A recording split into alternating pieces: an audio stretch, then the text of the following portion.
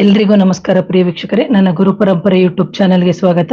ನಾನು ನಿಮ್ಮ ಕೃಪಾ. ಇವತ್ತಿನ ವಿಷಯ ಏನು ಅಂತಂದ್ರೆ, ದುಷ್ಟ ಆತ್ಮಗಳು ಅಥವಾ ಅಮಾನುಷ ಶಕ್ತಿಗಳು ಅಥವಾ ನಕಾರಾತ್ಮಕ ಶಕ್ತಿಗಳು ನಮ್ಮ ದೇಹದಲ್ಲಿ ಇದ್ದಂತಹ ಸಂದರ್ಭದಲ್ಲಿ ನಮಗೆ ಹಲವಾರು ಸಮಸ್ಯೆಗಳು ಉಂಟಾಗ್ತಾ ಇರುತ್ತೆ ಪ್ರಿಯ ವೀಕ್ಷಕರೇ. ಅಂತಹ ಸಂದರ್ಭದಲ್ಲಿ ನಾವು ಯಾವ ರೀತಿ ಇದು ನಮ್ಮ ದೇಹದಲ್ಲಿ ಇದೆಯಾ ಇಲ್ಲವಾ ಅಂತ ನಾವು ಕಂಡುಕೊಳ್ಳುವಂತಹ ಒಂದು ವಿಧಾನ ಅಂತ ನಾನು ನಿಮಗೆ ಹೇಳ್ತೀನಿ. ಯಾಕಂದ್ರೆ ನಿಮ್ಗೆ ತಮ್ನೇಲಲ್ಲೇ ಕೊಟ್ಟಿದ್ದೀನಿ ದುಷ್ಟಶಕ್ತಿಗಳು ಅಂತ ತಿಳ್ಕೊಂಡು. ಇದರ ಬಗ್ಗೆ ಹಲವಾರು ವಿಚಾರಗಳನ್ನ ನಾನು ಮಾಡಿದ್ದೀನಿ ಪ್ರಿಯ ವೀಕ್ಷಕರೇ. ಸೊ ದಯವಿಟ್ಟು ನೀವು ಯಾರಾದ್ರೂ ಮೊದಲನೇ ಬಾರಿಗೆ ನನ್ನ ಚಾನಲ್ನ ನೋಡ್ತಾ ಇದ್ರೆ ದಯವಿಟ್ಟು ಚಾನಲ್ನ ಸಬ್ಸ್ಕ್ರೈಬ್ ಮಾಡಿ, ಲೈಕ್ ಮಾಡಿ, ಶೇರ್ ಮಾಡಿ. ಹಾಗೆ ಈ ತರ ವಿಚಾರಗಳು ಬೇಕಾದಷ್ಟು ಜನಕ್ಕೆ ಇಂತಹ ಒಂದು ಸಮಸ್ಯೆಗಳಿರುತ್ತೆ. ಇಂತಹ ಸಮಸ್ಯೆ ಇರುವಂತಹ ಎಷ್ಟೋ ಜನಕ್ಕೆ ಇಂತಹ ವಿಡಿಯೋಗಳನ್ನ ನೀವು ಶೇರ್ ಮಾಡಿ.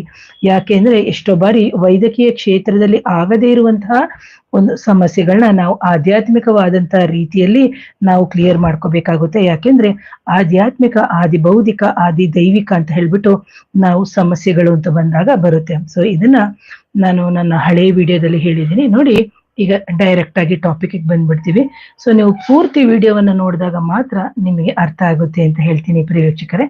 ಹಾಗಾಗಿ ನೋಡಿ, ದೇಹದಲ್ಲಿ ಇರುವಂತಹ ಆತ್ಮದ ಬಾಧೆ ಆಗಿರ್ಬೋದು ಅಥವಾ ಮಾಂತ್ರಿಕ ಬಾಧೆ ಆಗಿರ್ಬೋದು ಅಥವಾ ಯಾರೋ ವಶೀಕರಣ ಮಾಡಿಸಿ ನಮಗೆ ಕಳಿಸಿದ್ದಾರೆ ಅಂತ ಹೇಳ್ಬಿಟ್ಟು ಹಲವಾರು ಪ್ರಶ್ನೆಗಳು ನಮ್ಮಲ್ಲಿ ಉಂಟಾಗುತ್ತೆ ಅಥವಾ ಈ ತರ ಸಮಸ್ಯೆಗಳು ಇದೆ ಪ್ರಿಯ ವೀಕ್ಷಕರೇ.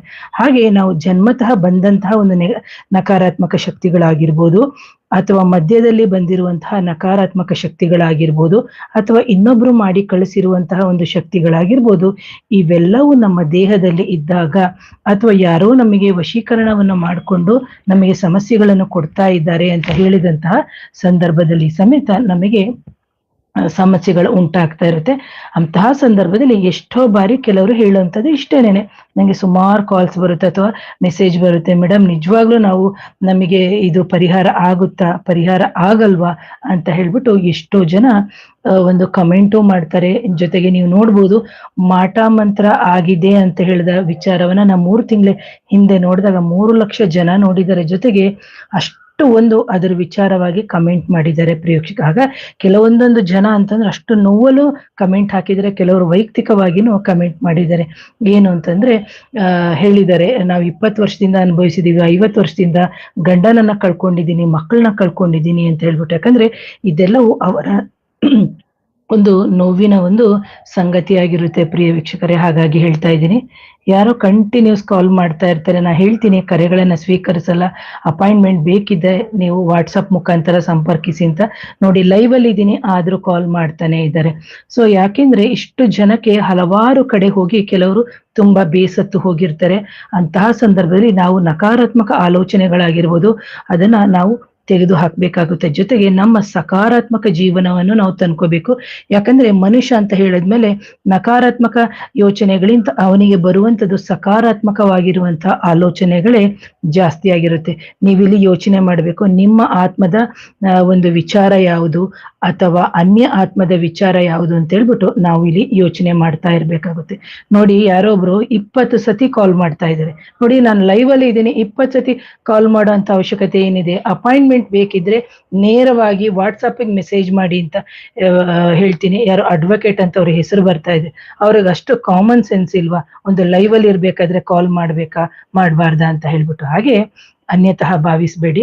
ಯಾಕಂದ್ರೆ ನನಗೆ ಸಬ್ಜೆಕ್ಟ್ ಮೇಲೆ ಇರುವಂತ ಹೇಳ್ತಾ ಹಾಗೆ ಎಷ್ಟೋ ಜನಗಳ ಒಂದು ನೋವಿಗೆ ಸ್ಪಂದಿಸ್ಬೇಕು ಅನ್ನೋ ರೀತಿಗೆ ನಾನು ಹೇಳ್ತಾ ಇದ್ದೀನಿ. ಹಾಗಾಗಿ ಎಷ್ಟೋ ಜನ ಹಲವಾರು ಕಡೆ ಹೋಗಿ ಬೇಸತ್ತು ಹೋಗಿರ್ತಾರೆ. ಜೊತೆಗೆ ಮನುಷ್ಯನಿಗೆ ನಕಾರಾತ್ಮಕ ಆಗಿರ್ಬೋದು, ಸಕಾರಾತ್ಮಕ ಆಲೋಚನೆಗಳು ಬರ್ತಾನೆ ಇರುತ್ತೆ. ಇಲ್ಲಿ ಇಂತಹ ಮನುಷ್ಯನಿಗೆ ಒಂದು ನೆಗೆಟಿವ್ ಎನರ್ಜಿ ಅಥವಾ ಒಂದು ಅಮಾನುಷ ಶಕ್ತಿ ಅಥವಾ ಒಂದು ಪ್ರೇತ ಆತ್ಮದ ಬಾಧೆ ಇದ್ದಂತಹ ಸಂದರ್ಭದಲ್ಲಿ ಅವರು ನಕಾರಾತ್ಮಕವಾಗಿನೇ ಸಿಕ್ಕಾಬಟ್ಟೆ ಯೋಚನೆಗಳನ್ನ ಮಾಡ್ತಾ ಇರ್ತಾರೆ. ಹಾಗೆ ಗಂಡ ಮಕ್ಕಳ ಜೊತೆನೂ ಚೆನ್ನಾಗಿರಲ್ಲ, ಅಥವಾ ಹೆಂಡತಿಗೆ ಇದ್ರೆ ಗಂಡ ಮಕ್ಕಳ ಜೊತೆ ಚೆನ್ನಾಗಿರಲ್ಲ, ಅಥವಾ ಗಂಡನಿಗೆ ಇದ್ದಾಗ ಹೆಂಡತಿ ಮಕ್ಕಳ ಜೊತೆ ಅಥವಾ ಹೆಂಡತಿಗೆ ಇದ್ದಾಗ ಗಂಡ ಮಕ್ಕಳ ಜೊತೆ ಅವರು ಅತ್ಯಂತ ಒಂದು ಹೀನಾಯವಾದಂತ ಸ್ಥಿತಿಯಲ್ಲಿ ಇರ್ತಾರೆ. ಜೊತೆಗೆ ಅವರ ಆಲೋಚನೆನೇ ವಿಭಿನ್ನವಾಗಿರುತ್ತೆ. ಯಾಕೆ ಅಂತಂದ್ರೆ ಅವ್ರಿಗೆ ಏನಾಗ್ತಾ ಇರುತ್ತೆ ಅಂದ್ರೆ, ಒಬ್ಬರೇ ಕೂತಾಗ ಅವ್ರು ಯೋಚನೆ ಮಾಡ್ತಾರೆ, ನಾನ್ ತುಂಬಾ ಚೆನ್ನಾಗಿರ್ಬೇಕು, ನನ್ ಗಂಡ ಚೆನ್ನಾಗಿರ್ಬೇಕು, ನನ್ ಮನೆ ಚೆನ್ನಾಗಿರ್ಬೇಕು, ನನ್ ಸಂಸಾರ ಚೆನ್ನಾಗಿರ್ಬೇಕು ಅಂತೇಳಿ ಹೆಣ್ಣು.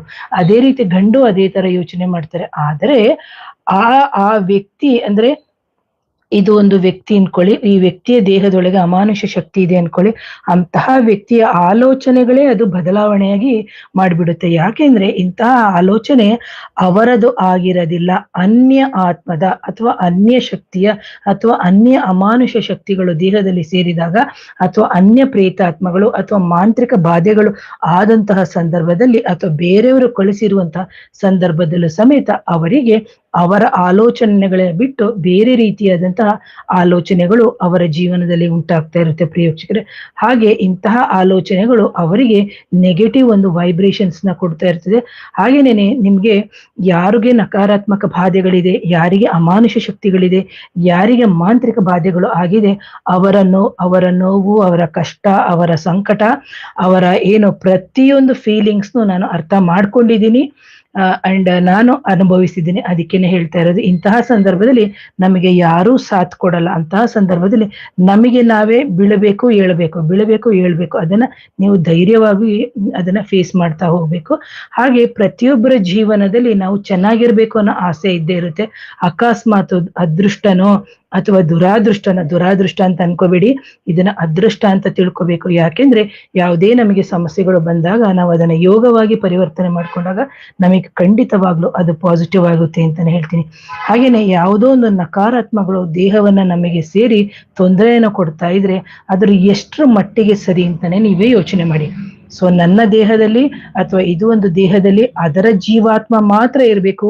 ಅನ್ಯ ಜೀವಾತ್ಮಗಳು ಸೇರಿದಂತಹ ಸಂದರ್ಭದಲ್ಲಿ ಆ ಜೀವಾತ್ಮಕ್ಕೆ ಅಥವಾ ಈ ದೇಹಕ್ಕೆ, ಈ ಜೀವಾತ್ಮಕ್ಕೆ ಹಲವಾರು ಸಮಸ್ಯೆಗಳು ಉಂಟಾಗ್ತಾ ಇರುತ್ತೆ. ಯಾಕಂದ್ರೆ ನಮ್ಮ ನಿತ್ಯ ಜೀವನ ಮಾಡಕ್ಕೇನೆ ನಮಗೆ ಇವತ್ತಿನ ದಿನದಲ್ಲಿ ಸಾಕಷ್ಟು ಹಣ, ಸಮಯ ಎಲ್ಲಾನು ಬೇಕು. ಅದರ ಜೊತೆಗೆ ಇಂತಹ ಒಂದು ಸಮಸ್ಯೆಗಳು ಬಂದಂತಹ ಸಂದರ್ಭದಲ್ಲಿ ನಾವು ತುಂಬಾನೇ ಬೇಸತ್ತು ಹೋಗ್ತೀವಿ.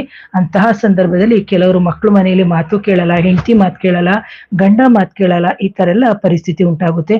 ಜೊತೆಗೆ ಅವರ ದಿನನಿತ್ಯ ಜೀವನದ ಕೆಲಸಗಳು ಅಥವಾ ಅವರ ದಿನನಿತ್ಯ ಕಾರ್ಯಗಳು ಅಥವಾ ಮಕ್ಕಳ ವಿದ್ಯಾಭ್ಯಾಸ ಅಥವಾ ಇವರ ಆಫೀಸ್ ಕೆಲಸ ಅಂತ ಏನಿದೆ ಎಲ್ಲದಕ್ಕೂ ಇವರಿಗೆ ಅಡೆತಡೆಗಳು ಉಂಟಾಗ್ತಾ ಇರುತ್ತೆ ಪ್ರಿಯ ವೀಕ್ಷಕರೇ. ಹಾಗೆ ಕೆಲವ್ರನ್ನ ನೀವು ನೋಡ್ಬೋದು, ಸುಮ್ಮನೆ ಆದ್ರೂ ಒಂಥರ ತಲೆ ತಿರುಗು ಅಂತ ಹೇಳ್ತಾ ಇರ್ತಾರೆ. ಬೆಳಿಗ್ಗೆ ಎದ್ದ ತಕ್ಷಣ ಯಾಕೋ ತುಂಬಾ ತಲೆ ತಿರುಗ್ತಾ ಇದೆ, ಬಾಯಲ್ಲಿ ಒಂಥರ ತೇಗ್ ಬರ್ತಾ ಇದೆ, ಹೊಟ್ಟೆ ಗುಡುಗುಡು ಅಂತ ಇದೆ, ಹೊಟ್ಟೆಯಿಂದ ಬೆನ್ನಿಗೆ ಹೋಗ್ತಾ ಇದೆ, ಬೆನ್ನಿಂದ ಹೊಟ್ಟೆಗೆ ಬರ್ತಾ ಇದೆ, ಆಮೇಲೆ ಒಂದು ಜಾಗದಿಂದ ಇನ್ನೊಂದು ಜಾಗಕ್ಕೆ ಓಡಾಡ್ತಾ ಇದೆ, ತೇಗ್ ಬರ್ತಾ ಇದೆ, ಸುಸ್ತಾಗ್ತಾ ಇದೆ.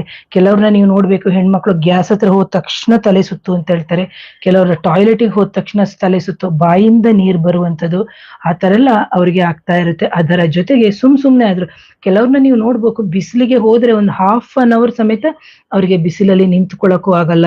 ಅದರ ಜೊತೆಗೆ ಅವರು ಟೋಟಲಿ ಇಂಬ್ಯಾಲೆನ್ಸ್ ಆಗ್ತಾರೆ. ಹೀಗೆ ಆಗ್ತಾ ಇರುತ್ತೆ.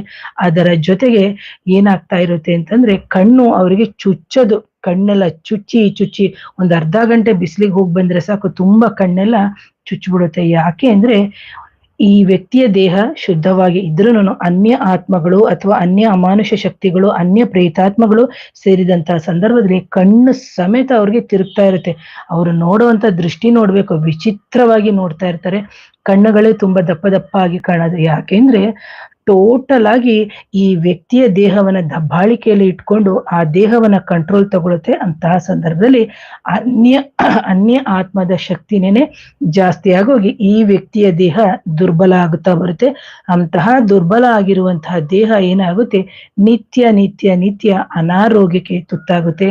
ಕೆಳಗಡೆ ಕಣ್ಣುಗಳು ಕಪ್ಪಾಗೋದು, ಆಮೇಲೆ ತಲೆ ತುಂಬಾ ನೋವು ಬರ್ತಾ ಇರುತ್ತೆ. CT ಸ್ಕ್ಯಾನ್ ಮಾಡಿಸಿರ್ತಾರೆ, MRI ಸ್ಕ್ಯಾನ್ ಮಾಡಿಸಿರ್ತಾರೆ, ಆದ್ರೂ ಅವರಿಗೆ ಏನು ಮಾತ್ರೆಗಳು ನುಂಗಿರ್ತಾರೆ, ಕಮ್ಮಿ ಆಗಲ್ಲ.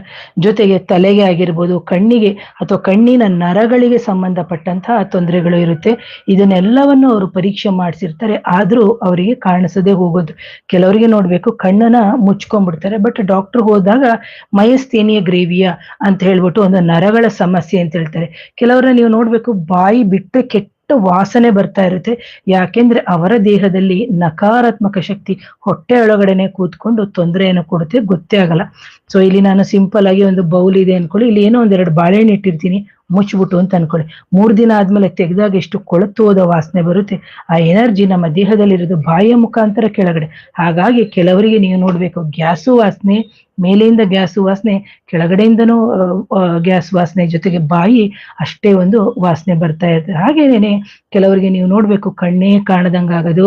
ಅಂಥವ್ರಿಗೆ ನಾವು ಹೇಳ್ತಾ ಇರ್ತೀವಿ, ನೆಗೆಟಿವ್ ಎನರ್ಜಿ ಇದ್ದವ್ರಿಗೆ ಅಥವಾ ನಕಾರಾತ್ಮಕ ಶಕ್ತಿಗಳು ಇರೋರಿಗೆ ನಾವು ಹೇಳ್ತೀವಿ, ಅಂಥವ್ರನ್ನ ಒಬ್ಬರೇ ಬಿಡಬೇಡಿ.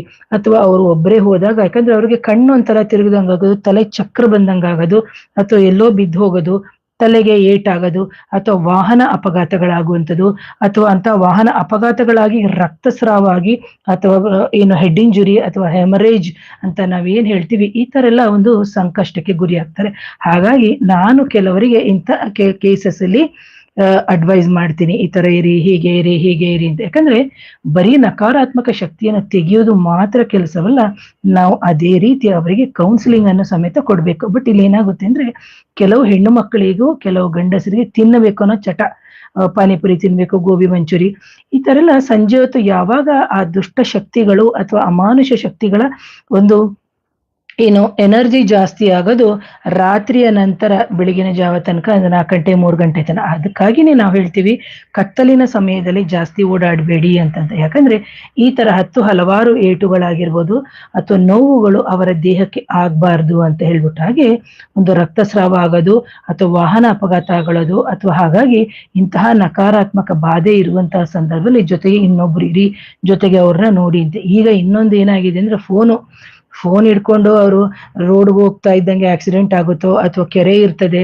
ಬಾವಿಗಳಿರುತ್ತೆ, ಇವೆಲ್ಲ ಗೊತ್ತೇ ಇರಲ್ಲ. ಯಾವಾಗ ನಾವು ದೇಹದಿಂದ ತೆಗೆಸ್ಕೋಬೇಕು ಅಂತ ಹೋಗ್ತೀವಿ, ಅಂತಹ ಸಂದರ್ಭದಲ್ಲಿ ಅವು ಇವೆಲ್ಲ ಪ್ರಚೋದನೆಗಳನ್ನ ಮಾಡಿ ನಿಮ್ಮನ್ನ ಅಡ್ಡದಾರಿಗೆ ಎಳೀತದೆ. ಇನ್ನೊಬ್ಬರನ್ನ ನೀವು ನೋಡ್ಬೇಕು, ಕೆಲವರಲ್ಲಿ ಸಿಕ್ಕಾಬಟ್ಟೆ ಕೋಪ ಬರುತ್ತೆ, ಕೆಲವರಿಗೆ ತುಂಬಾ ಅಳು ಬರುವಂಥದ್ದು, ಕೆಲವು ವಿಭಿನ್ನವಾಗಿ ಅಂದ್ರೆ ಏನ್ ಹೇಳ್ತೀವಿ ಅಂತಂದ್ರೆ ತುಂಬಾ ಟ್ರಿಗರ್ ಆಗ್ತಾ ಇರ್ತಾರೆ. ಆಮೇಲೆ ಅವ್ರಿಗೆ ಗೊತ್ತಾಗ್ತಾ ಇರ್ತದೆ ಈ ಬಿಹೇವಿಯರ್ ನನ್ನದು ಅಲ್ಲ ಅಂತ. ಬಟ್ ಹಲವಾರು ಜನದ ಹತ್ರ ಹೋದಾಗ ಅದಕ್ಕೆ ಅವರಿಗೆ ರೆಮಿಡಿ ಆಗಿರಲ್ಲ. ಹಾಗೆ ಕೆಲವರಿಗೆ ನೀವು ನೋಡ್ಬೋದು, ಆತ್ಮಹತ್ಯೆಗೆ ಪ್ರಚೋದನೆ ಮಾಡ್ತಾ ಇರುತ್ತೆ ಕೆಲವು ಎನರ್ಜಿಗಳು.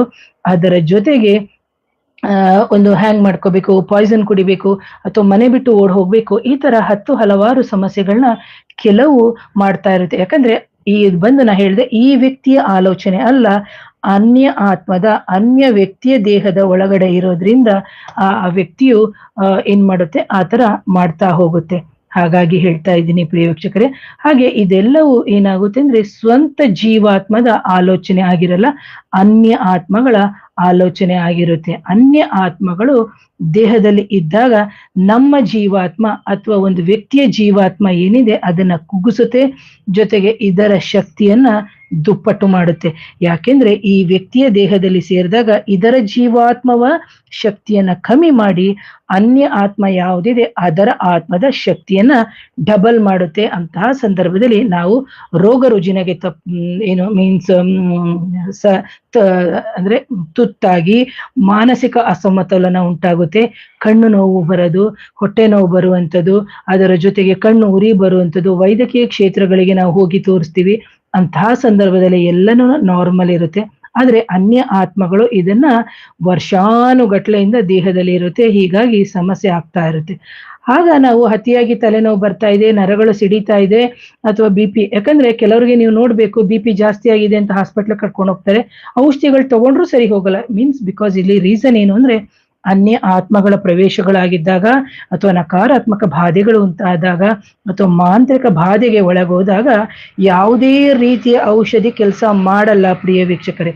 ಇದು ನಾನು ನನ್ನ ರಿಸರ್ಚ್ ಅಲ್ಲಿ ನಾನು ತಿಳ್ಕೊಂಡಿರುವಂಥದ್ದು, ಜೊತೆಗೆ ನಾನು ಕೇಸಸ್ ಕ್ಲಿಯರ್ ಮಾಡೋತಿಗೆ ನಾನು ಕಂಡುಕೊಂಡಂತಹ ಒಂದು ವಿಧಾನ ಅಂತ ಹೇಳ್ಬೋದು. ಜೊತೆಗೆ ಇಂತಹ BP ಹೆಚ್ಚಾಗಿ ಕೆಲವರಿಗೆ ನೀವು ನೋಡ್ಬೋದು, ಎದೆ ಡಬ ಡಬ ಡಬ ಅಂತ ಬಡ್ಕೋತಾ ಇರುತ್ತೆ, ಕೆಲವರಿಗೆ ತುಂಬಾ ಸ್ಲೋ ಆಗಿರುತ್ತೆ. ನಾವು ಅದನ್ನ ಟ್ರೆಕಿಕಾರ್ಡಿಯಾ ಅಂತ ಹೇಳ್ತೀವಿ, ಬ್ರಾಡಿಕಾರ್ಡಿಯಾ ಅಂತಾನು ಹೇಳ್ತೀವಿ. ಸೊ ಇದನ್ನ ಮೆಡಿಕಲ್ ಅಲ್ಲಿ ಡಾಕ್ಟರ್ಸು ಅಥವಾ ಬೇರೆ ಅದರ್ ಪೀಪಲ್ಸ್ ನೋಡಿದಾಗ ನಿಮ್ಗೆ ಗೊತ್ತಾಗುತ್ತೆ. ಕೆಲವರಿಗೆ ನೋಡ್ಬೇಕು, ಪಲ್ಸು ಸಿಕ್ಕಾಬಟ್ಟೆ ಫಾಸ್ಟ್ ಆಗಿ ಬಡ್ಕೊಳ್ತಾ ಇರುತ್ತೆ, ಕೆಲವರಿಗೆ 70 to 80 ಇರಬೇಕು, ಬಟ್ ಆದ್ರೆ ಕೆಲವರಿಗೆ 120, 130, 140. ಆಗ ನಾವು ಹೋಗ್ಬಿಟ್ಟು ಅವರು ಬೇಕಾದಷ್ಟು ಪರೀಕ್ಷೆಗಳು, ರಕ್ತ ಪರೀಕ್ಷೆಗಳು, ಅದರ ಜೊತೆಗೆ ಕಾರ್ಡಿಯಕ್ ರಿಲೇಟೆಡ್ ಪರೀಕ್ಷೆಗಳು ಮಾಡಿಸಿರ್ತಾರೆ. ಆದರೂ ಅವರ ದೇಹ ಡಬ ಡಬ ಡಬ ಅಂತ ಬಡ್ಕೋತಾ ಇರುತ್ತೆ. ಸೊ ಈ ತರ ಎಲ್ಲ ಮೀನ್ಸ್ ರಿಪೋರ್ಟ್ಸ್ ತರ್ತಾ ಇರ್ತಾರೆ. ಅಂತಹ ಸಂದರ್ಭದಲ್ಲಿ ನಾವು ನೋಡಿರ್ತೀನಿ, ಹಾಗಾಗಿ ಹೇಳುವಂಥದ್ದು. ಹಾಗೆ ಮೂತ್ರ ಮಾಡಿದ್ರೆ ಸಿಕ್ಕಾಬಟ್ಟೆ ಉರಿ ಬರೋದು, ಮೂತ್ರ ಬಿಸಿ ಬಿಸಿ ಆಗೋದು. ಕೆಲವರು ಹೇಳೋದು, ಮೇಡಮ್ ನಮ್ ದೇಹ ತುಂಬಾ ಹೀಟ್ ಆಗ್ಬಿಟ್ಟಿದೆ ಅಂತ ಹೇಳ್ತಾರೆ. ನೋಡಿ, ಇದು ಸೇರಿ ಇವರು ಮತ್ತೆ ಈಗ 6ನೇ ಸತಿ ಕಾಲ್ ಮಾಡ್ತಾರೆ. ಯಾವ ಮನುಷ್ಯ ಇವರು ಈ ತರ ಮಾಡ್ತಾ ಇದ್ದಾರಲ್ಲ. ಒಂದು ಹಾಗಾಗಿ ಹೇಳ್ತಾ ಇದ್ದೀನಿ. ಅದರ ಜೊತೆಗೆ ಕೆಲವರಿಗೆ ಏನಾಗುತ್ತೆ ಅಂದ್ರೆ ದೇಹದಲ್ಲಿ ಭಾರ ಆಗೋದು, ದೇಹದಲ್ಲಿ ಮಲ ಮೂತ್ರಗಳೇ ಅವರಿಗೆ ಕಟ್ಕೊಂಡ್ಬಿಡ್ತಾ ಇರ್ತದೆ. ಯಾಕೆ ಮಲಮೂತ್ರ ಕಟ್ಕೊಳ್ತಾ ಇರುತ್ತೆ ಅಂದ್ರೆ, ಯಾಕಂದ್ರೆ ಅವರಿಗೆ ಜೀರ್ಣಶಕ್ತಿನೇ ಅವರಿಗೆ ಕುಂಠಿತ ಆಗುತ್ತೆ. ಆ ಜೀರ್ಣಶಕ್ತಿ ಕುಂಠಿತ ಆದಂತಹ ಸಂದರ್ಭದಲ್ಲಿ, ಜೀರ್ಣನೇ ಆಗದೆ ಇದ್ದಂತಹ ಸಂದರ್ಭದಲ್ಲಿ, ಯಾಕಂದ್ರೆ ನಮ್ಮ ದೊಡ್ಡ ಕರುಳಿನ ಕೆಲಸ ಏನೋ, ಸಣ್ಣ ಕರುಳಿನ ಕೆಲಸ ಏನೋ ಅದು ಸರಿಯಾಗಿ ಮಾಡೋದೇ ಇಲ್ಲ. ಅಂತಹ ಸಂದರ್ಭದಲ್ಲಿ ಮಲನೂ ಕಟ್ಕೊಳ್ಳುತ್ತೆ, ಮೂತ್ರವು ಕಟ್ಕೊಳ್ಳುತ್ತೆ. ಸೊ ಇಂತಹ ಸಂದರ್ಭದಲ್ಲಿ ಮೈಭಾರ ಬರುವಂಥದ್ದು, ಬೆನ್ಭಾರ ಬರೋದು, ಮೂಳೆಗಳ ಸವಕಳಿ ಆಗುವಂಥದ್ದು, ಜೊತೆಗೆ ಏನಾಗುತ್ತೆ ಅಂತಂದ್ರೆ ಕೂತಲ್ಲೇ ಕೂತ್ಕೊಳ್ಳೋದು, ಮಲಗಿದಲ್ಲೇ ಮಲ್ಕೊಳ್ಳುವಂಥದ್ದು. ಯಾವಾಗ ಇಂತಹ ವ್ಯಕ್ತಿಗೆ ಸಮಸ್ಯೆ ಇದೆ ಅಂತ ಗೊತ್ತಾದಾಗ ಅವರು ಹೊರಗಡೆ ಚಲನವಲನಗಳಲ್ಲಿ ಅವರು ಇದ್ದಾರೆ ಅಂತ ಹೇಳಿದ್ರೆ ಸ್ವಲ್ಪ ಸರ್ವೈವ್ ಆಗ್ತಾರೆ. ಬಟ್ ಕೆಲವ್ರನ್ನ ನೀವು ನೋಡ್ಬೇಕು, ವರ್ಷಾನುಗಟ್ಲೆಯಿಂದ ಹಾಸಿಗೆ ಇಡ್ಬಿಡ್ತಾರೆ ಅಥವಾ ಮನೇಲೇ ಕೂತಿರ್ತಾರೆ. ಅಂತಹ ಸಂದರ್ಭದಲ್ಲಿ ನಮಗೆ ಪರಿಹಾರ ಮಾಡಕ್ಕೆ ಸಾಕಷ್ಟು ಸಮಯಗಳು ಬೇಕಾಗುತ್ತೆ, ಸಾಕಷ್ಟು ಖರ್ಚುಗಳು ಆಗುತ್ತೆ, ಅವರ ದೇಹಕ್ಕೂ ಬಾಧೆಗಳಾಗುತ್ತೆ. ಇದನ್ನೆಲ್ಲವನ್ನು ನಾವು ಸಹಿಸ್ಕೊಂಡು ಹೋಗ್ತಾ ಇರ್ಬೇಕಾಗುತ್ತೆ. ಹಾಗೆ ಕೆಲವರು ಹೇಳ್ತಾರೆ, ಮೇಡಮ್ ಎಷ್ಟು ಮೀಟ್ ಮಾಡೋದು, ಎಷ್ಟು ಸತಿ ಹೋಗೋದು, ಈ ತರ. ಯಾಕಂದ್ರೆ ಅವರು ಆ ಲೆವೆಲ್ ಅಲ್ಲಿ ಸಫರ್ ಆಗಿರ್ತಾರೆ. ಯಾರು ಕರ್ತರು ಇರ್ತಾರೆ, ಯಾರು ಈ ವಿಡಿಯೋ ನೋಡಿರ್ತೀರಿ, ಅವರು ಆ ಲೆವೆಲ್ ಅಲ್ಲಿ ಸಫರ್ ಆಗಿರ್ತಾರೆ. ಆಸ್ ಎ ಫೀಮೇಲ್ ಆಗಿರ್ಬೋದು, ಮೇಲ್ ಆಗಿರ್ಬೋದು. ಆದ್ರೆ ಅವರಿಗೆ ಅದು ಇನ್ನೊಬ್ರ ಹತ್ರ ಹೇಳಿದ್ರೆ ಅರ್ಥ ಆಗಲ್ಲ. ಮೀನ್ಸ್ ಯಾಕಂದ್ರೆ ನೆಗೆಟಿವ್ ಎನರ್ಜಿ ಅಥವಾ ಅಮಾನುಷ ಶಕ್ತಿಗಳು ಅಥವಾ ಸೂಪರ್ ನ್ಯಾಚುರಲ್ ಪವರ್ಸ್ ಏನಿದೆ ಅದೆಲ್ಲ ಅನ್ವಿಸಿಬಲ್. ವಿಸಿಬಿಲಿಟಿ ಇದ್ರೆ ನಾವು ಅದನ್ನ ಹಿಡ್ಕೊಂಡ್ ಬರ್ಬೋದು, ಒಂದು ಪಕ್ಷಿಗಳ ತರನೋ ಒಂದು ಪ್ರಾಣಿಗಳ ತರನೋ ಹೇಳ್ಕೊಂಡ್ ಬರ್ಬೋದು. ಬಟ್ ಇದು ದೇಹದಲ್ಲಿ ಸೆಗಣಿ ತರ ಕೂತ್ಕೊಂಡು ಕೆಟ್ಟ ಕೊಳತ ವಾಸನೆ ರೂಪದಲ್ಲಿ ಕೊಟ್ಟು ನಮ್ಮ ಇಡೀ ಚಕ್ರಗಳನ್ನ, 72,000 ನರನಾಡಿಗಳನ್ನ, ಜೊತೆಗೆ ನಮ್ಮ ಚಕ್ರಗಳು ಹಾಳಾದಾಗ ನಮ್ಮ ಪ್ರತಿಯೊಂದು ಚಕ್ರದಲ್ಲಿ ಏನಾಗಿ ಕಲುಷಿತಗೊಂಡು ನಮ್ಮ ದೇಹದ ಅಂಗಾಂಗಗಳ ವ್ಯವಸ್ಥೆನೆ ಕೆಟ್ಟೋಗುತ್ತೆ. ಬಟ್ ನೋಡಕ್ಕೆ ನಾವು ನೋಡ್ಬೋದು, ನೀವು ಬದನೆಕಾಯಿನ ನೋಡಿದಾಗ ಎಷ್ಟು ಚೆನ್ನಾಗಿ ಕಾಣ್ತಾ ಇರುತ್ತೆ, ಕಟ್ ಮಾಡಿದಾಗ್ಲೇ ಗೊತ್ತಾಗೋದು ಎಷ್ಟು ಒಳಗಡೆ ಕೊಳುತು ಅಂತ. ಹಾಗೆ ಮಾವಿನ ಹಣ್ಣಿನ ಸೀಸನ್ ಬಂದಾಗ ಮಾವಿನ ಹಣ್ಣನ್ನ ನೀವು ನೋಡ್ತೀರಿ, ಆ ಸೀಸನ್ ಅಲ್ಲಿ ಎಷ್ಟು ಚೆನ್ನಾಗಿ ಕಾಣುತ್ತೆ, ಒಳಗಡೆ ಬಂದು ಕಟ್ ಮಾಡಿದ್ರೆ ಪೂರ್ತಿ ಕಪ್ಪಾಗಿ ಕೊಳೆತು ಹೋಗಿರುತ್ತೆ. ಹಾಗೇನೆ ಕೆಲವರ ದೇಹ ನೀವು ನೋಡ್ಬೋದು, ಯಾಕಂದ್ರೆ ಅವರವರ ಕುಲದೇವರ ಆಶೀರ್ವಾದ, ಕೆಲವರ ದೈವದ ಆಶೀರ್ವಾದ ಮೇಲೆ ಅವರ ಜೀವನ ನಡೆದಿರುತ್ತೆ. ಆದ್ರೆ ಕೆಲವರಿಗೆ ನೀವು ನೋಡ್ಬೋದು, ಮಲ ಕಟ್ಕೊಳ್ಳೋದು, ಬೇದಿ ಆಗೋದು, ಮೈಕೈ ನೋವು, ಸುಸ್ತು, ಆಮೇಲೆ ಎದ್ರೆ ಕೂರಕ್ಕಾಗಲ್ಲ, ಇದೆಲ್ಲ ಆಗ್ತಾ ಇರುತ್ತೆ. ಆದ್ರೆ ದೇಹದಿಂದ ಉಚ್ಚಾಟನೆ ನೀವು ಮಾಡಿಸ್ಕೋಬೇಕು ಅಥವಾ ದೇಹದಿಂದ ಇದನ್ನ ತೆಗೆಸ್ಕೋಬೇಕು ಅಂತಂದ್ರೆ ನೀವು ಎಷ್ಟೋ ಬಾರಿ ನನ್ನಂತಹ ಎಷ್ಟೋ ಗುರುಗಳನ್ನ, ಮೀನ್ಸ್ ನನ್ನಂತ ಎಷ್ಟೋ ಅಸ್ಟ್ರಾಲಜರ್ಸ್ನ, ಎಷ್ಟೋ ಜನನ ನೀವು ಮೀಟ್ ಮಾಡಿರ್ತೀರಿ. ಆದ್ರೆ ನಿಮಗೆ ಆಗಲ್ಲ. ಕಾರಣ ಏನು ಅಂತಂದ್ರೆ ನಿಮ್ಮ ಒಂದು ಕರ್ಮದ ರೀತಿ ಒಂದು. ಎರಡನೇದಾಗಿ ಕೆಲವೊಂದೊಂದು ಶಕ್ತಿಗಳು ಎಲ್ಲರ ಮುಂದೆ ತಲೆ ಬಾಗಲ್ಲ. ಎರಡನೇದು. ಮೂರನೇದಾಗಿ ನಿಮಗೆ ನಿಮ್ಮ ಕುಲದೇವರ ಒಂದು ಸಪೋರ್ಟ್ ಬೇಕು, ಮನೆ ದೇವರ ಸಪೋರ್ಟ್ ಬೇಕು. ಅದರ ಜೊತೆಗೆ ನಿಮಗೆ ಧೈರ್ಯ ಬೇಕು, ಜೊತೆಗೆ ನಿಮಗೆ ಏನು ಆತ್ಮ ಕಲ್ಯಾಣ ಬೇಕು, ಜೊತೆಗೆ ಹಣಕಾಸಿನ ವ್ಯವಸ್ಥೆನೂ ಬೇಕಾಗುತ್ತೆ. ಯಾಕಂದ್ರೆ ಇವೆಲ್ಲವೂ ನಮ್ಮ ನರ ನಾಡಿಗಳಲ್ಲೇ ಏನು ಬೆರೆತು ಹೋಗಿರೋದ್ರಿಂದ ನಮ್ಮ ಒಂದು ದೇಹದಿಂದ ನಾವು ಶುದ್ಧಿ ಮಾಡ್ಕೊಂಡು ಬರ್ಬೇಕಾದ್ರೆ ಒಂದು ಜಾಗದಲ್ಲಿ ಕೂತಿರುತ್ತೆ. ಈಗ ನೋಡಿ, ಕೆಲವರಿಗೆ ರಿಲೀಸ್ ಮಾಡೋ ಟೈಮಲ್ಲಿ ಹೊಟ್ಟೆ ಕೂತಿರುತ್ತೆ, ಪಟ್ ಅಂತ ಬೆನ್ನು ಕೂತಿರುತ್ತೆ. ಬೆನ್ನು ಕ್ಲಿಯರ್ ಮಾಡ್ಬೇಕಾದ್ರೆ ಕಿವಿ ಹತ್ರ ಬಂದು ಕೂತ್ಕೊಳ್ಳುತ್ತೆ, ಕಿವಿಯಿಂದ ಅದೇ ಕಣ್ಣು ಹತ್ರ. ಎಷ್ಟು ಸಫರ್ ಆಗ್ತಾರೆ ಅಂದ್ರೆ ಕೆಲವರು ಕಣ್ಣು, ಬೆನ್ನು, ಕಾಲು, ಕೈ ಎಲ್ಲ, ಅಂದ್ರೆ ಒಂದೊಂದು ಜಾಗದಿಂದ, ಅಂದ್ರೆ ನಮ್ಮ 72,000 ನರ ನಾಡಿಗಳನ್ನ. ಯಾಕಂದ್ರೆ ನಮ್ಮ ದೇಹನೇ ಪೂರ್ತಿಯಾಗಿ 80 ಭಾಗ ಅಥವಾ ನಾವು 70 ಭಾಗ ಏನಿದೆ ಅದು ನೀರಿನಿಂದನೇ ಕೂಡಿದೆ, ಅದು ರಕ್ತದಲ್ಲೇ ಸಂಚಾರ. ನಮ್ಮ ರಕ್ತನೇ ಕೆಟ್ಟಾಗ ಯಾವ ರೀತಿ ಕೆಲಸ ಮಾಡುತ್ತೆ ಅಲ್ವಾ, ಅದನ್ನ ನಾವು ಯೋಚನೆ ಮಾಡ್ಬೇಕಾಗುತ್ತೆ. ಹಾಗಾಗಿ ಸತತವಾಗಿ ಪ್ರಯತ್ನ ಮಾಡ್ತಾ ಹೋಗ್ಬೇಕು. ಅಯ್ಯೋ ಅವ್ರ ಹತ್ರ ಓದಾಗಿಲ್ಲ, ಇವ್ರ ಹತ್ರ ಹೋದ್ರಾಗಿಲ್ಲ. ನನ್ನ ಹತ್ರ ಹೇಳ್ತಾರೆ ಕೆಲವರು 50 ವರ್ಷದಿಂದ ಆಗಿಲ್ಲ ಮೇಡಮ್, 70 ವರ್ಷ, ಈ ತರ 80 ವರ್ಷದವ್ರು ಬರ್ತಾರೆ. ಇನ್ನೇನು ಅವ್ರದ್ದು ಎಂಡ್ ಆಫ್ ದ ಡೇಸ್ ಅಲ್ಲಿ ನಾವ್ ಏನ್ ಮಾಡ್ಬೋದು, ಅವ್ರು ಸಫರ್ ಆಗೋದನ್ನ ನನಗೆ ಇಷ್ಟ ಆಗಲ್ಲ. ಸೊ ಅಂತ ಸಮಯದಲ್ಲಿ ನಾವು ಬೇರೆ ತರ ಮಾಡ್ಬೇಕಾಗುತ್ತೆ. ಅದರ ಜೊತೆಗೆ ನೀವು ಯೋಚನೆ ಮಾಡ್ಬೇಕು, ಕೆಲವರಿಗೆ ಎದೆ ಡಬಡಬ ಅಂತ ಇದೆ, ಮೂತ್ರ ವಿಸರ್ಜನೆ ಮಾಡಿದಾಗ ವಾಸನೆ ಬರ್ತಾ ಇದೆ, ಮುಖದಲ್ಲೆಲ್ಲ ಬೇವರು ಕಿತ್ಕೊಂಡು ಅಡಿತಾ ಇದೆ, ಕೈ ನಡುಗದು, ಕಾಲ್ ನಡುಗದು, ತಲೆಯಿಂದ ಬೇವರು. ಇಂತಹ ಸಂದರ್ಭದಲ್ಲಿ ಕೆಲವರು ಅತಿಯಾಗಿ ನಗುವಂಥದ್ದು, ಅತಿಯಾಗಿ ದುಃಖ ಮಾಡುವಂಥದ್ದು. ಕೆಲವರ ನೀವು ನೋಡ್ಬೇಕು, ಸಿಕ್ಕಾಬಟ್ಟೆ ಆರ್ಗ್ಯೂ ಮಾಡೋದು, ಕುಪ ಮಾಡ್ಕೊಳ್ಳೋದು, ಹಠ ಮಾಡೋದು, ಅತಿಯಾಗಿ ಚಿಂತೆ ಮಾಡೋದು, ತುಂಬಾ ತಲೆ ಕೆಡಿಸ್ಕೊಳ್ಳುವಂಥದ್ದು, ಆ ತರ ಎಲ್ಲ. ಈಗ ನೋಡಿ, ಎಕ್ಸಾಂಪಲ್ ಯಾವುದೋ ಒಂದು ಫಿಲಮ್ ನಡೀತಾ ಇದೆ ಅನ್ಕೊಳ್ಳಿ, ಆ ಫಿಲಮ್ ಅಲ್ಲಿ ಅವರು ಒಂದು ಸಾಮಾಜಿಕ ಕಳಕಳಿಯಿಂದ ಒಂದು ಸಿನಿಮಾವನ್ನ ಮಾಡಿರ್ತಾರೆ, ಅಥವಾ ಏನು ಅವರ ಉದ್ಯೋಗ, ಆ ಕಲೆಯನ್ನ ಪೋಷಿಸೋದಕ್ಕೆ, ಈ ತರ ಹಲವಾರು ಕಾನ್ಸೆಪ್ಟ್ ಇಟ್ಕೊಂಡು ಅಲ್ಲೇನೋ ಆಗ್ತಾ ಇದ್ರೆ ಇವ್ರು ಇಲ್ಲಿ ಕೂತ್ಕೊಂಡು ಅಳೋ ಅಂಥದ್ದು, ಆ ತರ ಎಲ್ಲವನ್ನು ಮಾಡ್ತಾ ಇರ್ತಾರೆ. ಅದನ್ನ ಅವರು ಸೀರಿಯಸ್ ಆಗಿ ತಗೊಂಡ್ಬಿಡ್ತಾರೆ. ಯಾಕಂದ್ರೆ ಇಲ್ಲಿ ನಾವೇನಂತೀವಿ, ನಮ್ಮ ಎಮೋಷನಲ್ ಬಾಡಿನೂ ಸಮೇತ ವೀಕ್ ಆಗಿರುತ್ತೆ. ಸೊ ಅಂತ ಎಮೋಷನಲ್ ಬಾಡಿ ವೀಕ್ ಆದಾಗ ಅದಕ್ಕೆ ಯಾವ ರೀತಿಯಾದಂತಹ ಪರಿಹಾರವನ್ನ ಮಾಡ್ಕೊಳ್ಬೇಕು ಅನ್ನೋದನ್ನು ದಟ್ ಈಸ್ ವೆರಿ ಇಂಪಾರ್ಟೆಂಟ್ ಆಗುತ್ತೆ. ಹಾಗೆ ನಮ್ಮ 7 ಚಕ್ರಗಳು ಯಾವ ರೀತಿ ಕೆಲಸ ಮಾಡುತ್ತಿದೆ ಅಂತಾನೆ ನಮಗೆ ಇಂಪಾರ್ಟೆಂಟ್. ಇಲ್ಲಿ ಯಾವ ಚಕ್ರ ನಮಗೆ ಇಂಪಾರ್ಟೆಂಟ್ ಆಗುತ್ತೆ ಅಂದ್ರೆ, ನಮಗೆ ಇಲ್ಲಿ ಚಕ್ರಗಳಲ್ಲಿ ಮೂಲಾಧಾರ ಚಕ್ರನೇ ಕೆಟ್ಟೋಗ್ಬಿಟ್ಟಿರುತ್ತೆ. ಆಗ ನಮ್ಮ ಭೌತಿಕ ಜೀವನ ಆಗಿರ್ಬೋದು ಅಥವಾ ನಮ್ಮ ಸಂಸಾರ ಜೀವನ, ಯಾಕಂದ್ರೆ ನಾವೆಲ್ಲರೂ ಒಂದೊಂದು ಕಾರ್ಯದ ನಿಮಿತ್ತ ಬಂದಿದ್ದೀವಿ. ನಾವು ತಿನ್ನೋದು, ಕುಡಿಯೋದು, ಮಲ್ಕೊಳ್ಳೋದು, ಸಂಸಾರ ಈ ತರ ಮಾಡ್ಬಿಟ್ಟು ಹಂಗೆ ಸತ್ತೋಗ್ಬಿಡ್ತೀವಿ. ಆದ್ರೆ ಯಾವುದೇ ರೀತಿಯ ಪ್ರಗತಿ ಕಾರ್ಯವನ್ನ ನಾವು ಸಮಾಜಕ್ಕೆ ಕೊಡದೇ ಇಲ್ಲ. ಅಂತಹ ಸಂದರ್ಭದಲ್ಲಿ ಇಂತಹ ಒಂದು ನಕಾರಾತ್ಮಕಗಳು ಅಥವಾ ಮಾಂತ್ರಿಕ ಬಾಧೆ ಆದಂತಹ ಸಂದರ್ಭದಲ್ಲಿ ನಾವು ದೇವರು, ದೇವಸ್ಥಾನ, ಗುರುಗಳು, ಹಿರಿಯರು, ಮಠ, ನಮ್ಮ ಕುಲದೇವರು, ನಮ್ಮ ಮನೆ ದೇವರು ಅಥವಾ ನಮ್ಮ ಪಿತೃ ಕಾರ್ಯಗಳು, ಶಾಪಗಳು ಅಂತ ಹೇಳ್ಬಿಟ್ಟು ನಾವು ಅದರ ಹಿಂದೆ ಹೊಡ್ತೀವಿ. ಅಲ್ಲಿ ತನಕಗಳನ್ನು ನಮಗೆ ಇದು ಯಾವುದರ ಗೋಜಿಗೆ ಹೋಗಲ್ಲ, ಇವೆಲ್ಲ ಇದೆಯಾ ಅಂತ. ಯಾಕಂದ್ರೆ ಇದೆಲ್ಲ ನೋವು ಬಂದಾಗಲೇ ನಾವು ಅನುಭವಿಸುವಂಥದ್ದು ಪ್ರಿಯ ವೀಕ್ಷಕರೇ. ಹಾಗಾಗಿ ಇದನ್ನ ಅನ್ಯತಃ ಭಾವಿಸ್ಬೇಡಿ, ಇದೆಲ್ಲ ಇದೆಯಾ ಅಂತ ಖಂಡಿತ ಇದೆ. ಸೊ ಹಾಗೇನೇನೆ ಭೂಮಿ ಮೇಲೆ ಮನುಷ್ಯನು ಹೇಗೆ ನಾವು ಈಗ ನಾನು ನೀವು ಎಷ್ಟು ಜನ ನೀವು ನೋಡ್ತಾ ಇದ್ದೀರಿ, ನೀವು ಹೇಗೆ ನೋಡ್ತಾ ಇದ್ದೀರಿ, ಹೇಗೆ ಕೇಳ್ತಾ ಇದ್ದೀರಿ, ಅದೇ ತರ ನಮಗೆ ಕಾಣದೇ ಇರುವಂತಹ ರೀತಿಯಲ್ಲಿ ಅಮಾನುಷ ಶಕ್ತಿಗಳು, ಭೂತಗಳು, ಪ್ರೇತಗಳು ಇದಾವೆ.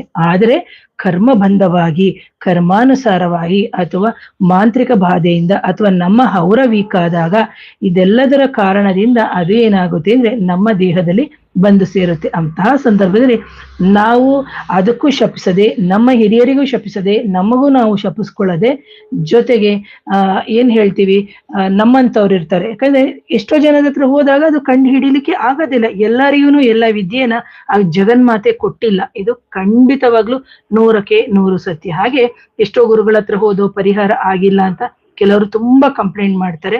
ಅದು ಅವರವರ ಅಂದ್ರೆ ಏನೇನೋ ಅವ್ರ ಕೇಸ್ ಸ್ಟಡೀಸು. ಈಗ ಒಬ್ಬ ಡಾಕ್ಟರ್ ಆದವರು, ಒಬ್ರು ಸರ್ಜನ್ ಎಷ್ಟು ಸರ್ಜರಿ ಮಾಡಿ ಅವ್ರಿಗೆ ಎಕ್ಸ್ಪೀರಿಯನ್ಸ್ ಆಗಿರುತ್ತೋ ಅದೇ ರೀತಿಯಲ್ಲಿ ನಮಗೆ ದೈವ ಬಲ ಅಂಡ್ ನಮ್ಮ ಎಕ್ಸ್ಪೀರಿಯನ್ಸ್ ಇಸ್ ಮೋಸ್ಟ್ ಇಂಪಾರ್ಟೆಂಟ್ ಆಗುತ್ತೆ ಅಂತ ಹೇಳ್ತೀನಿ ಪ್ರೇಕ್ಷಕರೇ. ಹಾಗೇನೇನೆ ಇಂತಹ ಸಂದರ್ಭದಲ್ಲಿ ನಮಗೆ ಹಲವಾರು ಸಮಸ್ಯೆಗಳು ಬಂದು ಹೊಟ್ಟೆ ತೊಳ್ಸೋದು, ಬಾಯಿ ತೊಳ್ಸೋದು, ಬೆಳಿಗ್ಗೆ ಎದ್ದ ತಕ್ಷಣ ನೀರು ಬರೋದು, ಅದೆಲ್ಲ ಹೇಳಿದೆ. ಆಗ ನಮ್ಮ ಸ್ವಂತ ಜೀವಾತ್ಮ ಏನ್ ಮಾಡುತ್ತೆ ಅಂತಂದ್ರೆ ವೀಕ್ ಆಗೋಗುತ್ತೆ. ಅನ್ಯ ಜೀವಾತ್ಮ ಏನ್ ಮಾಡುತ್ತೆ ಅಂದ್ರೆ ಮೂಲಾಧಾರದಿಂದ ಸ್ವಾಧಿಷ್ಠಾನ, ಸ್ವಾಧಿಷ್ಠಾನದಿಂದ ಮಣಿಪುರ. ಕೆಲವ್ರು ಹೇಳ್ತಾರೆ, ಮೇಡಮ್ ನಾನೀಗ ತುಂಬಾ ವೀಕ್ ಆಗ್ಬಿಟ್ಟಿದೀನಿ, ಮುಂಚೆ ತುಂಬಾ ಚೆನ್ನಾಗಿದೆ, ಹೊಟ್ಟೆ ಒಳಗಡೆ ಏನೋ ಓಡಾಡ್ತಾ ಇದ್ದಂಗ ಆಯ್ತಿದೆ, ಗುಡುಗುಡು ಅಂತ ಶಬ್ದ ಬರ್ತಾ ಇದೆ, ಕಾಲ್ಬರೆ ಹಾಕೊಂಡಿದೀನಿ, ಆದ್ರೂ ಕಮ್ಮಿ ಆಗ್ತಾ ಇಲ್ಲ, ಬಟ್ ಬಾಯಲ್ಲಿ ನೀರ್ ಬರುತ್ತೆ, ತೇಗ್ ಬರುತ್ತೆ, ಇವೆಲ್ಲವನ್ನು ಹೇಳ್ತಾ ಇರ್ತಾರೆ. ಇದಕ್ಕೆ ಕಾರಣ ಏನಂದ್ರೆ ಅನ್ಯ ಜೀವಾತ್ಮ ಬಂದು ನಮ್ಮ ಜೀವಾತ್ಮದ ಮೇಲೆ ದಬ್ಬಾಳಿಕೆ ಮಾಡಿ ನಮಗೆ ಕಷ್ಟಗಳು, ಸಂಕಟಗಳನ್ನ ಕೊಡ್ತಾ ಇರುತ್ತೆ. ಅಂತಹ ಸಂದರ್ಭದಲ್ಲಿ ನಾವು ಮೀನ್ಸ್ ಏನು ಅನಲೈಸ್ ಮಾಡ್ಕೋಬೇಕು.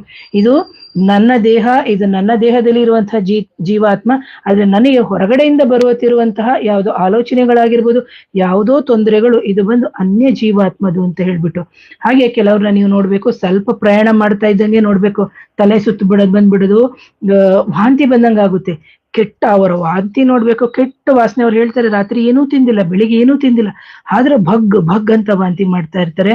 ಯಾಕಂದ್ರೆ ಆ ದೇಹ ಅಂದ್ರೆ ಈ ವ್ಯಕ್ತಿಯ ದೇಹದಲ್ಲಿ ಅದು ಕೂತ್ಕೊಂಡು ಒಳಗಡೆನೆ ಅದಕ್ಕೆ ಏನು ಬೇಕು, ಸುಖ ಬೇಕು, ಅದನ್ನ ಅನುಭವಿಸ್ಕೊಂಡಿರುತ್ತೆ. ಆದ್ರೆ ಯಾವಾಗ ಅದನ್ನ ಕರ್ಕೊಂಡು ಹೋಗ್ಬೇಕು, ತೆಗೆಸ್ಬೇಕು ಅನ್ನೋ ಟೈಮಿಗೆ ಶುರು ಮಾಡ್ಬಿಡುತ್ತೆ. ಒಂದು ಕೈ ಇಟ್ ಮಾಡೋದು, ಕಾಲು ಇಟ್ ಮಾಡೋದು, ಮನೇಲಿ ಗಲಾಟೆಗಳನ್ನ ಮಾಡೋದು, ಆ ತರ ಎಲ್ಲ. ಹಾಗೆ ಆ ವ್ಯಕ್ತಿ ಓಡಾಡ್ಕೊಂಡು ಏನಾದ್ರೂ ಚಲನವಲನೆ ಇತ್ತು ಅಂತಂದ್ರೆ ಹೇಗೋ ನಿಭಾಯಿಸ್ಕೊಂಡು ಹಿಂಗೋ ನಡೀರಪ್ಪ ಬರ್ತೀನಿ ಅಂತಾರೆ. ಆದ್ರೆ ಕೆಲವ್ರು ಅಯ್ಯೋ ನನಗೆ ಯಾಕೆ ನೀನ್ ಹೋಗ್ಬಾ, ನಾನು ನನ್ನ ಮನೇಲಿ ಇರ್ತೀನಿ, ಮೊಬೈಲ್ ನೋಡ್ಕೊಂಡು ಟಿವಿ, ಆ ತರ ಮಾಡಬಾರ್ದು.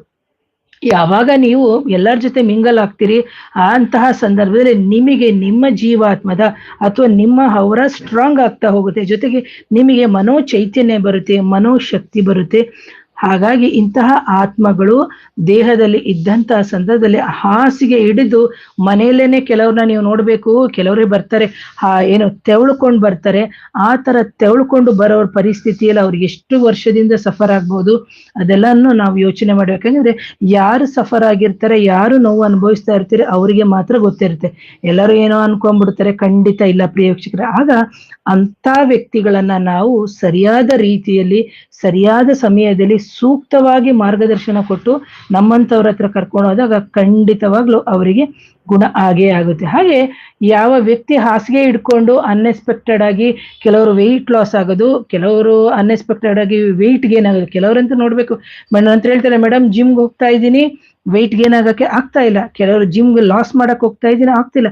ಕಾಸ್ ಬಂದು ಇದಿರುತ್ತೆ. ಅದು ಎಲ್ಲರಿಗೂ ಅಲ್ಲ, ಆದ್ರೆ ವ್ಯಕ್ತಿನ ನೋಡಿ ನಾನು ನಿರ್ಣಯ ಅದಕ್ಕೆ ಕೆಲವರು ಕನ್ಸಲ್ಟೇಷನ್ ಕೇಳಿದಾಗ ನಾ ಹೇಳುವಂಥದ್ದು, ವ್ಯಕ್ತಿನ ನೋಡದೆ ನಾನು ಕನ್ಸಲ್ಟೇಷನ್ ಕೊಡಲ್ಲ ಅಂತ. ಹಾಗೆ ಮಲಗುವಂತಹ ಸಂದರ್ಭದಲ್ಲಿ ಸಮೇತ ನೋಡಿರ್ಬೇಕು, ಅವ್ರಿಗೆ ಮಾನಸಿಕ ಕಿರಿಕಿರಿ ಆಗೋದು, ಮಾನಸಿಕ ತೊಂದರೆ ಆಗೋದು. ಯಾವ ವ್ಯಕ್ತಿ ತೊಂದರೆ ಇದ್ರೂನು ಎದ್ದು ಓಡಾಡ್ಬೇಕು, ಯಾವುದೇ ಕೆಲಸಗಳಲ್ಲೂ ಸಮೇತ ನೀವು ಮಾಡ್ಬೇಕಾಗುತ್ತೆ.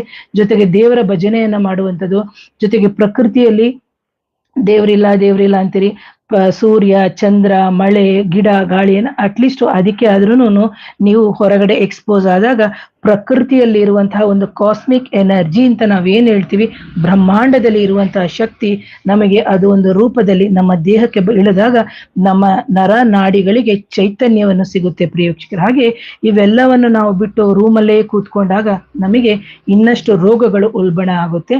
ಹಾಗೇನೇನೆ ಇದನ್ನ ಹಾಗೇ ಬಿಟ್ರೆ ಜೀವನದಲ್ಲಿ ಕೊನೆಗೆ ಅವರು ಏನೂ ಸಾಧನೆಯೂ ಮಾಡಕ್ಕಾಗಲ್ಲ. ಗಂಡನೂ ನೋಡಲ್ಲ, ಮಕ್ಕಳನ್ನೂ ನೋಡಲ್ಲ, ಅಕ್ಕಪಕ್ಕದವ್ರು ನೋಡಲ್ಲ, ಹಾಗೆ ತಿನ್ನೋದು ಮಲ್ಕೊಳ್ಳೋದು ಹಾಗೆ ಮಾಡಿ ಕೊನೆಗೆ ಜೀವ ಅವ್ರದ್ದು ಹೊಟ್ಟೋಗುತ್ತೆ ಪ್ರಿಯಕ್ಷರ. ಹಾಗಾಗಿ ಇಂತಹ ಆತ್ಮಗಳು ಸಮಸ್ಯೆ ಇದ್ದಂತಹ ಸಂದರ್ಭದಲ್ಲಿ ನಿಮ್ಮ ಜೀವಾತ್ಮವನ್ನ ಬಲವಾಗಿ ಇಟ್ಟುಕೊಂಡು ನಿಮ್ಮ ಜೀವಾತ್ಮವನ್ನು ಕುಗ್ಗಕ್ಕೆ ಬಿಡದೆ ನೀವು ನೋಡ್ಕೋಬೇಕಾಗುತ್ತೆ. ಹಾಗೆ ಇಂತಹ ಸಂದರ್ಭದಲ್ಲಿ ನಾವು ನಮ್ಮ ಕುಲದೇವರು ಮನೆ ದೇವರ ಒಂದು ಜಪವನ್ನ ನಾವು ಮಾಡ್ಕೊಂಡು ಹೋಗ್ಬೇಕಾಗುತ್ತೆ ಪ್ರಿಯ ವೀಕ್ಷಕರೇ. ಅದರ ಜೊತೆಗೆ ಸ್ವಂತ ಜೀವಾತ್ಮಗಳು ಇದನ್ನ ಯಾವುದೇ ಕಾರಣಕ್ಕೂ ನಮ್ಮ ಜೀವಾತ್ಮಗಳು ಒಂದು ದೇವ್ರ ಪೂಜೆ ಒಂದು ಇದನ್ನ ಮಾಡ್ಬೇಕು ಅಂತ ಸಂದರ್ಭದಲ್ಲಿ ನಮಗೆ ಆಲಸ್ಯ ಉಂಟಾಗುತ್ತೆ, ಒತ್ತಡಕ್ಕೊಳಗಾಗ್ತೀವಿ. ಇದೆಲ್ಲ ಮಾಡ್ಬೇಕಾ ಅಂತಂತ, ಯಾಕಂದ್ರೆ ಅಂತಹ ಸಂದರ್ಭದಲ್ಲಿ ಅದು ಬಿಡದೇ ಇಲ್ಲ, ನಾಲಿಗೆ ಹಿಡ್ತಾ ಇರಲ್ಲ, ಕೈಕಾಲು ಹಿಡಿತದಲ್ಲಿರಲ್ಲ. ನಾವೇನೋ ಹೇಳಿದ್ರೆ ಇವ್ರೇನೋ ಮಾಡ್ತಾ ಇರ್ತಾರೆ. ಯಾಕಂದ್ರೆ ಟೋಟಲ್ ಆಗಿ ಮಾರ್ಗದರ್ಶನವನ್ನ ಸಮೇತ ಕೆಡಿಸ್ತಾ ಇರ್ತದೆ. ಯಾವ ವ್ಯಕ್ತಿಯ ದೇಹದಲ್ಲಿ ದುಷ್ಟ ಆತ್ಮ ಅಥವಾ ಜೀವಾತ್ಮ ಇದ್ದಂತಹ ಸಂದರ್ಭದಲ್ಲಿ ಹೊರಗಡೆ ಬರಬೇಕು ಅಂತಂದ ಸಂದರ್ಭದಲ್ಲೂ ಸಮೇತ ಇಂಥವರಿಗೆ ಒಂದು ಗುರುಗಳ ಆಶೀರ್ವಾದ, ಅದರ ಜೊತೆಗೆ ದೈವದ ಆಶೀರ್ವಾದನೆ ತುಂಬಾ ಇಂಪಾರ್ಟೆಂಟ್ ಆಗುತ್ತೆ. ಯಾಕೆಂದ್ರೆ ಇಂಥ ವ್ಯಕ್ತಿಯ ಜೀವಾತ್ಮ ಸುಮ್ನೆ ಇದ್ರೂನು ಒಳಗಡೆ ಇರುವಂತಹ ವ್ಯಕ್ತಿಯ ಜೀವಾತ್ಮ ಸುಮ್ನೆ ಇದ್ರೂನು ಇದರ ದೇಹದಲ್ಲಿ ಇರುವಂತಹ ಅನ್ಯ ಆತ್ಮಗಳು ಏನಿರುತ್ತೆ ಅದು ಸುಮ್ನೆ ಇರಲ್ಲ. ಅವುಗಳು ಏನ್ ಮಾಡ್ತವೆ, ಗೊರಕೆ ಹೊಡಿಯೋದು, ಕೈ ಕಾಲು ಎತ್ತಾಕೋದು. ನೀವು ನೋಡ್ಬೋದು ಕೆಲವ್ರು ಹೇಳ್ತಾರೆ, ಮೇಡಮ್ ನಾ ಸುಮ್ನೆ ಮಲಗಿರ್ತೀನಿ, ನನ್ ಗಂಡ ಹಿಂಗೆ ಕೈ ಎತ್ತಾಕೋದು, ಇವಳು ಕಾಲೆ, ಅದೆಲ್ಲ ಹೇಳ್ತಾ ಇರ್ತಾರೆ. ಸೊ ಕೆಲವೆಲ್ಲ ವೈಯಕ್ತಿಕ ವಿಚಾರಗಳಿರ್ತವೆ. ಕೈ ಎತ್ತು ಹಾಕುವಂಥದ್ದು, ತಿರುಗಿ ಮಲಗುಲು ಅಂತದ್ದು, ಹೇಗೆ ವಿಚಿತ್ರವಾಗಿ ತಿರುಗುವಂಥದ್ದು, ಆ ತರ ಎಲ್ಲ ಮಾಡ್ತಾರೆ. ಹಾಗೆ ಕೆಲವರಿಗೆ ಮೈಕೈ ನೋವಿರುತ್ತೆ, ನಿದ್ದೆ ಬರಲ್ಲ. ಕೆಲವರು ಹೇಳ್ತಾರೆ ಸುಮ್ಮನಾದ್ರೂ ಇವಳು ರಾತ್ರಿ ಎಲ್ಲ ಮೊಬೈಲ್ ನೋಡ್ತಾಳೆ, ನಾ ಕಟ್ಟೆಗೆ ಮಲಗ್ತಾಳೆ. ಯಾಕೆಂದ್ರೆ ಮೇಡಮ್ ವಿಪರೀತ ಮೈಕೈ ನೋವು, ಕಾಲು ಎತ್ತಿಡಕ್ಕಾಗಲ್ಲ, ಕಾಲು ಭಾರ ಬಂದ್ಬಿಟ್ಟಿದೆ, ಬೆರಳುಗಳೆಲ್ಲ ನೋವು ಬಂದ್ಬಿಟ್ಟಿದೆ, ಬೆಳಿಗ್ಗೆ ಎದ್ದೇಳತಿಗೆ ಇದೆಲ್ಲ ಊದ್ಕೊಂಡ್ಬಿಟ್ಟಿರುತ್ತೆ ಮೇಡಮ್, ಕಾಲೆಲ್ಲ ನೋವು ಬಂದಿರುತ್ತೆ, ತೊಡೆಗಳೆಲ್ಲ ನೋವು ಬಂದ್ಬಿಡುತ್ತೆ, ತಲೆ ಭಾರ. ಆಮೇಲೆ ಮನೆಗೆ ಬಂದ ತಕ್ಷಣ ಇವಳಿಗೆ ಮನೇಲಿ ಇರಕ್ಕೆ ಆಗಲ್ಲ ಮೇಡಮ್, ಸಂಜೆ ಹೊತ್ತಂತೂ ಹೊರಗಡೆ ಕರ್ಕೊಂಡು ಸುತ್ತಿ ಅಂತ ಹೇಳ್ತಾರೆ. ಯಾಕಂದ್ರೆ ಅನ್ಯ ಜೀವಾತ್ಮ ಇದ್ದಂತಹ ಸಂದರ್ಭದಲ್ಲಿ ಹೊರಗಡೆ ಸುತ್ತಬೇಕು, ಹೊರಗಡೆ ತಿನ್ಬೇಕು, ಅವೆಲ್ಲ ಪ್ರಚೋದನೆಯನ್ನ ನಮಗೆ ಮಾಡ್ತಾ ಇರುತ್ತೆ. ಅಂತಹ ಸಂದರ್ಭದಲ್ಲಿ ನಾವು ನೋಡ್ಕೊಂಡು ಎಚ್ಚೆತ್ತುಕೊಂಡು ದೇಹದಲ್ಲಿ ಪ್ರಯೋಗಿಸ್ತಾರೆ. ಡೀಟೇಲ್ ಕೊಡಿ ಮೇಡಮ್. ಹಾಗೆ ಇವು ಯಾವ ರೀತಿ ಮಾನಸಿಕ ಸಮಸ್ಯೆಯನ್ನ ನಮಗೆ ಕೊಡ್ತವೆ. ಅನ್ಯ ಆತ್ಮಗಳಿದ್ರು ಸುಮ್ಮನೆ ಗುನುಗುನು ಅಂತ ಇರ್ತವೆ. ಕೆಲವು ನೋಡ್ಬೇಕು ಸುಮ್ಮನೆ ಶಬ್ದ ಮಾಡುವಂಥದ್ದು, ಹಂಗೆಲ್ಲ ಮಾಡ್ತಾ ಇರ್ತಾರೆ. ಹಾಗೇನೇನೆ ಶರೀರದಲ್ಲಿ ಬಾಧೆಗಳು ಜಾಸ್ತಿ ಆಗುತ್ತೆ. ಬೆಳಿಗ್ಗೆ ಎದ್ದಾಗ್ಲೇ ಸುಸ್ತು, ಸಂಕಟ, ಮೂಳೆಗಳು ನೋವು, ಇದೆಲ್ಲಾನು ಹೇಳಿದೆ. ಅದರ ಜೊತೆಗೆ ನಮ್ಮ ಕರ್ಮಗಳನ್ನ ಶುದ್ಧ ಮಾಡ್ಕೋಬೇಕಾದ್ರೆ ನಮಗೆ ಗುರುಗಳ ಆಶೀರ್ವಾದ, ಹಿರಿಯರ ಆಶೀರ್ವಾದ, ಕುಲದೇವರ ಆಶೀರ್ವಾದ ಬೇಕು. ಅದರ ಜೊತೆಗೆ ನಮ್ಮ ದಶಾಭುಕ್ತಿಗಳನ್ನು ವೆರಿ ವೆರಿ ಇಂಪಾರ್ಟೆಂಟ್ ಆಗುತ್ತೆ. ಯಾವಾಗ ನಮ್ಮ ಕುಲದೇವರು, ಮನೆ ದೇವರು, ಇಷ್ಟ ದೇವರ ಮುಖಾಂತರ ನಾವು ಹೋದಾಗ ಸರಿಯಾದ ಗುರುವಿನ ಮಾರ್ಗದರ್ಶನ ಇದ್ದು ಸರಿಯಾದ ಸಮಯಕ್ಕೆ ದುಷ್ಟ ಆತ್ಮಗಳಾಗಿರ್ಬೋದು, ಅಮಾನುಷ ಶಕ್ತಿಗಳಾಗಿರ್ಬೋದು, ಅವೆಲ್ಲವೂ ನಮಗೆ ಅವಮಾನ ಮಾಡಿಸಿ ತೊಂದರೆ ಕೊಡ್ತಾ ಇದೆ ಅಂದಂತ ಸಂದರ್ಭದಲ್ಲಿ ಒಂದು ಜೀವದಿಂದ ಇನ್ನೊಂದು ಜೀವಾತ್ಮವನ್ನು ಬೇರ್ಪಡಿಸುವಾಗ ನಿಮಗೂ ಸಾಕಷ್ಟು ಕಷ್ಟಗಳು ಬರುತ್ತೆ. ನಾನು ಕೇಸ್ ತಗೊಂಡಂತ ಸಂದರ್ಭ ನನಗೂ ಸಾಕಷ್ಟು ಕಷ್ಟಗಳು ಸಮೇತ ಬರುತ್ತೆ. ಅಂತಹ ಸಂದರ್ಭದಲ್ಲಿ ಇದನ್ನೆಲ್ಲವನ್ನು ನಾವು ಗಮನದಲ್ಲಿ ಇಟ್ಕೊಂಡು ನೀವು ನಿಮ್ಮ ಕುಲದೇವರು, ನಾವು ನಿಮ್ಮ ಕುಲದೇವರ ಮುಖಾಂತರನೇ ಏನು ಅಥವಾ ಗುರು ಹಿರಿಯಗಳ ಮುಖಾಂತರನೇ ನಮ್ಮಂಥವ್ರು ನಾವು ಒಂದು ಕೇಸನ್ನ ತಗೊಂಡು ಕ್ಲಿಯರ್ ಮಾಡುವಂತಹ ಸಂದರ್ಭದಲ್ಲಿ ನಮಗೂ ಹಲವಾರು ಸವಾಲುಗಳು ಬರುತ್ತೆ. ಇಂತಹ ಒಂದು ವಿಡಿಯೋದಲ್ಲಿ ನಾನು ನಿಮಗೆ ಜಾಸ್ತಿ ಇದ್ರ ಬಗ್ಗೆ ಹಲವಾರು ವಿಷಯಗಳನ್ನ ಹೇಳಿದ್ದೀನಿ. ಯಾವಾಗ ನಿಮಗೆ ಗುರುಗಳಾಗಿರ್ಬೋದು, ಹಿರಿಯರಾಗಿರ್ಬೋದು, ಕುಲದೇವರ ಮಾರ್ಗದರ್ಶನ ಸರಿಯಾಗಿ ಸಿಕ್ಕಿ ನನ್ನಂಥವರ ವಿಡಿಯೋಗಳು ನಿಮಗೆ ಸರಿಯಾಗಿ ಸಿಕ್ಕಿದಂತಹ ಸಂದರ್ಭದಲ್ಲಿ 100ಕ್ಕೆ 100 ಭಾಗ ಕ್ಲಿಯರ್ ಆಗುತ್ತೆ. ಕೆಲವರು ಕೇಳ್ತಾರೆ, ಮೇಡಮ್ ಇದೆಲ್ಲ ನಿಜನಾ, ನಮ್ಗೆ ಎಷ್ಟೋ ಸಮಯ ಆಗಿಲ್ಲ ಅಂತ. ಖಂಡಿತವಾಗ್ಲೂ 100ಕ್ಕೆ 100 ಭಾಗ ಕ್ಲಿಯರ್ ಆಗೇ ಆಗುತ್ತೆ. ಇಲ್ಲಿ ಬಂದು ತಾಳ್ಮೆ, ನಂಬಿಕೆ, ಪ್ರೀತಿ, ಭಕ್ತಿ, ಶ್ರದ್ಧೆ, ಅದರ ಜೊತೆಗೆ ಯಾರನ್ನು ಅವಮಾನ ಮಾಡಬಾರ್ದು. ಆಮೇಲೆ ಕೆಲವ್ರಿಗೆ ಗ್ರಾಟಿಟ್ಯೂಡ್ಸೇ ಇಲ್ಲ, ಅಂದ್ರೆ ಕೃತಜ್ಞತೆ ಮಾಡಿಕೊಟ್ಟವ್ರಿಗೂ ಇಲ್ಲ, ಈ ಪ್ರಕೃತಿ ಮೇಲೂ ಇಲ್ಲ, ಕುಲದೇವ್ರಿಗೂ ಇಲ್ಲ, ಅಥವಾ ಹೆತ್ತವ್ರಿಗೂ ಇಲ್ಲ. ಸೊ ಇದರ ಜೊತೆಗೆ ಒಟ್ಟೊಟ್ಟು ಹೋಗೋದ್ರಿಂದ ನಿಮಗೆ ನಿಮ್ಮ ಜೀವನದಲ್ಲಿ ಉಂಟಾಗಿರುವಂತಹ ನಕಾರಾತ್ಮಕ ಬಾಧೆಗಳ ಶಕ್ತಿ ಅಥವಾ ದೇಹದಿಂದ ತೆಕ್ಕೊಳ್ಬೇಕಾದ್ರೆ ತುಂಬಾ ಸುಸ್ತು, ಸಂಕಟ ಎಲ್ಲ ಆಗುತ್ತೆ.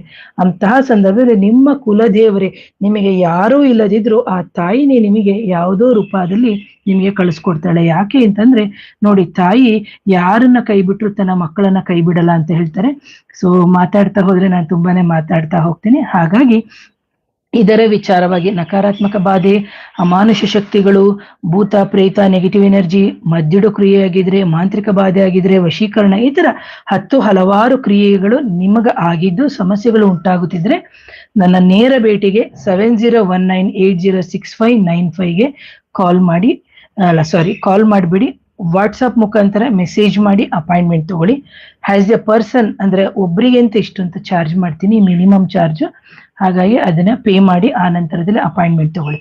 ಕೆಲವರು ಹೇಳ್ತಾರೆ, ಮೇಡಮ್ ನಾವು ಮೈಸೂರು, ಮಂಡ್ಯ, ಇಲ್ಲ, ಯಾರೇ ಆದ್ರೂ ಆನ್ಲೈನ್ ಮುಖಾಂತರ ಪೇಮೆಂಟ್ ಮಾಡಿ ಆ ನಂತರದಲ್ಲಿ ಕನ್ಸಲ್ಟೇಷನ್ ಕೊಡೋದು.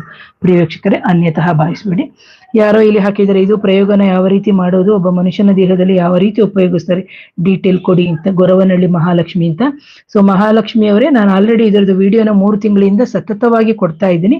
ಇದರ ಬಗ್ಗೆ ಸಾಕಷ್ಟು ವಿಡಿಯೋಗಳನ್ನ ಬೇರೆ ಬೇರೆ ರೂಪದಲ್ಲಿ ಮಾಡಿದ್ದೀನಿ, ನೋಡಿ ಇದರ ಬಗ್ಗೆ ವಿಚಾರವನ್ನ ತಿಳ್ಕೊಳ್ಳಿ ಅಂತ ಹೇಳ್ತೀನಿ.